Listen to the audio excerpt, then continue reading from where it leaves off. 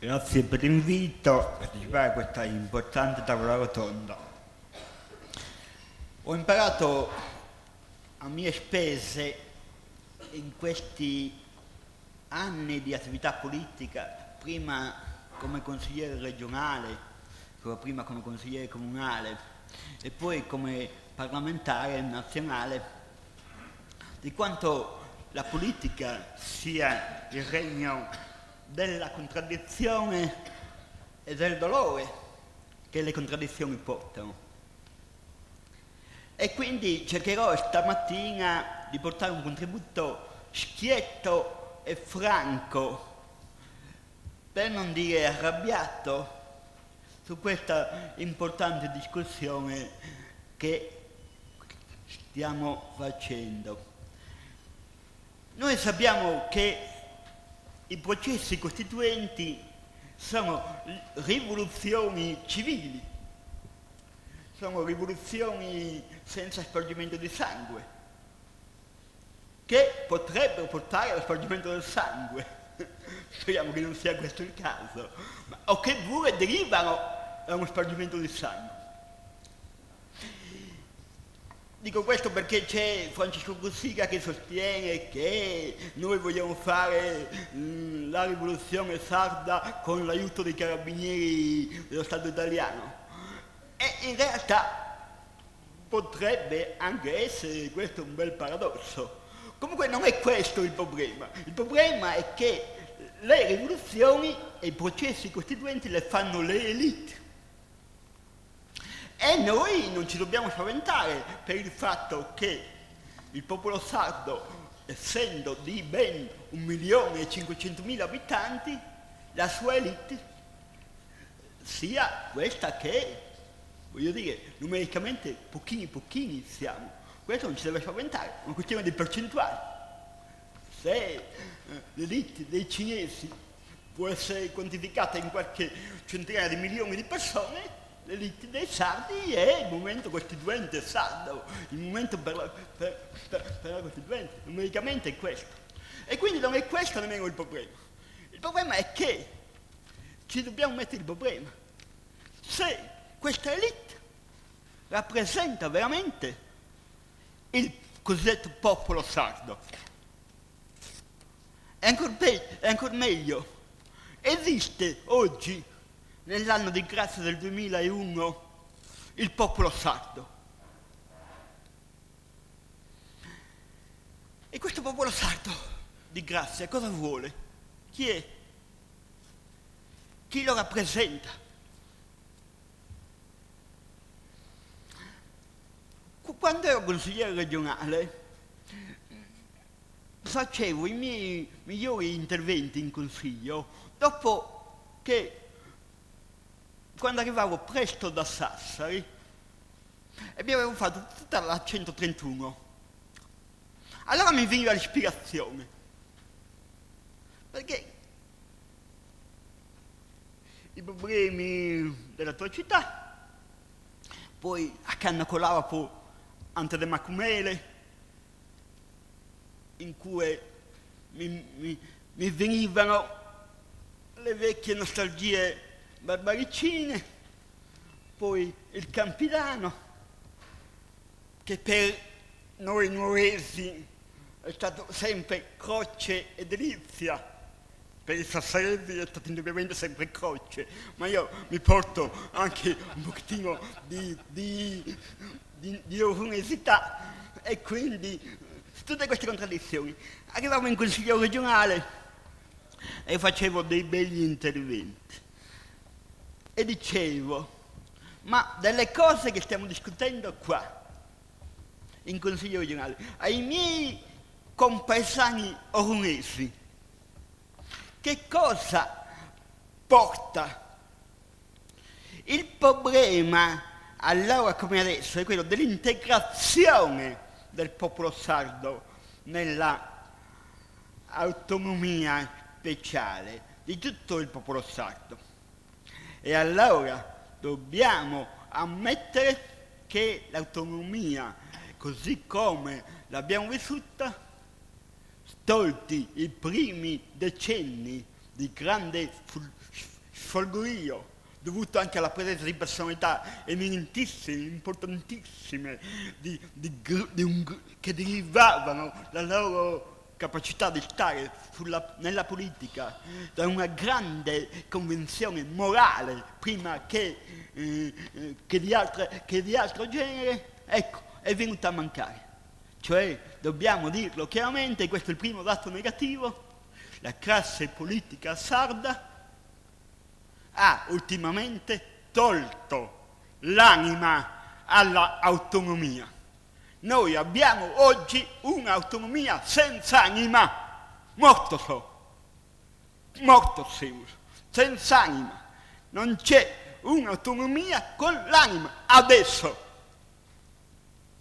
E quando è scomparsa questa autonomia, noi la dobbiamo ricercare nelle elite, nei ben pensanti, in quelli che ci provano. E quindi rendo omaggio al coraggio degli amici del Movimento della Costituente, amici un po' invecchiati per dire la verità, perché insomma la coppia terribile di Massimo e Piersandro angustiava i miei sogni di biecco proporzionalista quando ero in consiglio regionale, e devo dire che gli ho tirato qualche brutto scherzo, perché voi sapete che loro volevano fare il discorso maggioritario che adesso voglio fare io il consiglio regionale, e utilizzavo quegli strumenti che in abbondanza il regolamento del consiglio regionale mi offriva e offre anche adesso per boicottare, per annullare, per annacquare, per ammazzare spiriti di rinnovamento. E questo, sono sincero con voi, questo è il paradosso. È il paradosso. E quindi ci troviamo di fronte anche a vicende di questo genere qua. E allora la partecipazione popolare. La partecipazione popolare ci deve essere. Senza partecipazione popolare non si va avanti, non si riesce a fare niente. Guardate, molto spesso, quando ci sono le crisi ideali, si cerca sempre un nemico esterno contro cui combattere per poter compattare la propria squadra, i propri movimenti. In questo caso non esiste neanche, perché se c'è una cosa in cui nel continente sono tutti quanti d'accordo è quello di riconoscere, in un momento in cui tutti rivendicano più o meno autonomia regionali, di riconoscere che la prima autonomia è quella sarda, l'unica che in Italia può vantare un suo riconoscimento totale, l'unica che assieme forse a quella siciliana è ormai entrata nel DNA dello Stato italiano, oltre che nella comprensione popolare. E quindi noi che prima vantavamo questa capacità di stare sulla scena dell'autonomia spinta, adesso ci troviamo di fronte alla contraddizione che siamo stati sorpassati. Da quando mai, dottor Ribichello, quando mai si pensava che i Veneti o i Lombardi o addirittura i toscani parlassero mai in termini di autonomia regionale, di federalismo, ma no, una cosa mai vista. Adesso se ne parla forse con più convinzione, con più partecipazione di là che non di qua, ed è una cosa su cui bisogna assolutamente riflettere. La verità, come diceva Piersandro, e mi avvio rapidamente a conclusione, è che esiste un problema di rappresentatività della Sardegna, del fatto che questa Sardegna non è convinta della sua classe dirigente, non si riconosce nelle sue attuali rappresentanze, non c'è una rottura clamorosa e dolorosa dell'accetto politico sardo con la sua base popolare. E allora, chissà se noi, e ho quasi finito, noi secondo me dovremmo continuare a batterci per ricreare fondamenti culturali, e per dare un'anima a questa rivoluzione che stiamo facendo. Dargli un'anima vuol dire reinventarsi la cultura dell'autonomia. E la cultura, per nascere, ha bisogno anche di esempi morali, oltre che di capacità di organizzare il quadro, di dipingere il quadro, ha bisogno di esempi morali. Si deve fare l'appello a quelle residue energie morali che ci sono e che devono esserci e che ci saranno senz'altro all'interno della società sarda per fare questo tipo di proposta culturalmente avanzata. E poi l'altro problema è quello di aspettare che forse, ancora una volta, il panorama internazionale evocato da altri intervenuti ci metterà di fronte a uno scenario politico totalmente nuovo. È vero, dopo l'11 di settembre ormai ce l'hanno detto tutti quanti e forse viene anche abusato questo tipo di ragionamento, nulla è rimasto più come prima. Noi dobbiamo pensare a una cosa, che il problema dei rapporti tra il mondo occidentale, l'Europa e il mondo arabo è all'ordine del giorno della scena mondiale. In questi anni che verranno, la maggior parte delle attenzioni della politica mondiale si riverseranno sul rapporto tra arabi e occidente.